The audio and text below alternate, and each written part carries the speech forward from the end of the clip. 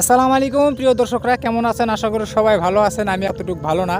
আমাদের দলগমার বাড়ির থেকে নৌকা দিয়া ব্রহ্মপুত্র নদীতে আসছি। আসার পরে অনেক পানি দেখেন, আমার পিছনে খালি পানি দেখেন, বাড়ি ঘরগুলো তলায় গেছে।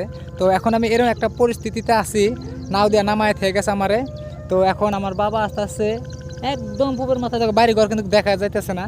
তো ওইখান থেকে আমার বাবা আস্তে আস্তে নাও নিয়ে আমাকে নেওয়ার জন্য। তো আমি দেখেন কাপড় চোপড় ভেজে এই ব্যাগগুলা নিয়ে, এই দেখেন এগুলো হয়েছে ভুট্টা, এই মাখইয়ের এই ভুট্টার যে ভুসিটা থাকে, এই ভুসিটার উপরে দাঁড় করে আছে। দেখেন আমার চতুর্পাশে কিন্তু এই যে বানপানি, বন্যা দেখতে পারতেছেন। তো এখানে দাঁড়িয়ে আছি, তো অপেক্ষা করতেছি, একটু ওয়েট করতেছি আমার বাবা আসতেছে আমাকে নেওয়ার জন্য। তো অনেক কষ্টের মধ্যে আছি।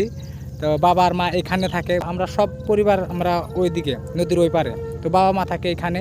তো এখানে বাবা মা একার জন্য আমি আসলাম। বাবা মাতার সাথে কালকে থেকে ইটটা করে কাল দিন পরে আবার আমাদের দলগমা ওই বাড়িতে চলে যাব। তো কেরা কোথা থেকে ভিডিওটা দেখতেছেন, নিশ্চয়ই ভিডিওটা কমেন্ট করে যাবেন। তো যাতে সহি সালামতে আমার বাবা যাতে এসে আমাকে নিয়ে যেতে পারে বা মার ওখানে যাইতে পারি। তো সবাই ভালো থাকেন, সুস্থ থাকেন। ভিডিওতে একটা লাইক করে যাবেন, একটা কমেন্ট করে যাবেন।